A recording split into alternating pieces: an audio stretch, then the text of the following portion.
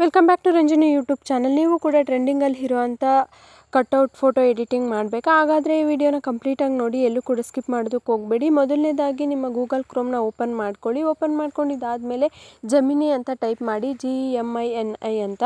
ಆಗ ಈ ರೀತಿಯಾದಂತಹ ಇಂಟರ್ಫೇಸ್ ಓಪನ್ ಆಗುತ್ತೆ. ಈಗ ಗೂಗಲ್ ಜಮಿನಿ ಅಂತ ಫಸ್ಟ್ ಆಪ್ಷನ್ ನಿಮಗೆ ಕಾಣಿಸುತ್ತೆ, ಅದ್ರ ಮೇಲ್ಗಡೆ ಕ್ಲಿಕ್ ಮಾಡ್ಕೊಳ್ಳಿ.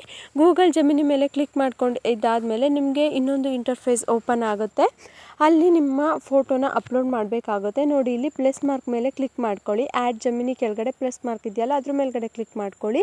ಕ್ಲಿಕ್ ಮಾಡ್ಕೊಂಡಿದ್ದು ಆದಮೇಲೆ ನೋಡಿ, ಈಗ ಪ್ಲಸ್ ಮಾರ್ಕ್ ಮೇಲೆ ಕ್ಲಿಕ್ ಮಾಡ್ಕೊಂಡಿದ್ದೀನಿ. ಅಪ್ಲೋಡ್ ಫೈಲ್ಸ್ ಅಂತ ಕಾಣಿಸುತ್ತೆ. ಅಪ್ಲೋಡ್ ಫೈಲ್ಸ್ ಮೇಲೆ ಕ್ಲಿಕ್ ಮಾಡಿಕೊಂಡು ನಿಮ್ಮ ಫೈಲ್ಸ್ನ ಸೆಲೆಕ್ಟ್ ಮಾಡ್ಕೊಳ್ಬೇಕಾಗುತ್ತೆ. ಇಲ್ಲಿ ನೀವು ಯಾವ ಫೋಟೋನ ಎಡಿಟ್ ಮಾಡಬೇಕು ಆ ಫೋಟೋನ ಸೆಲೆಕ್ಟ್ ಮಾಡ್ಕೊಳ್ಬೇಕಾಗುತ್ತೆ. ನಾನಿಲ್ಲಿ ರಾಕಿಂಗ್ ಸ್ಟಾರ್ ಯಶ್ ಅವ್ರದ್ದು ಒಂದು ಫೋಟೋನ ಸೆಲೆಕ್ಟ್ ಮಾಡ್ಕೊಂಡಿದ್ದೀನಿ.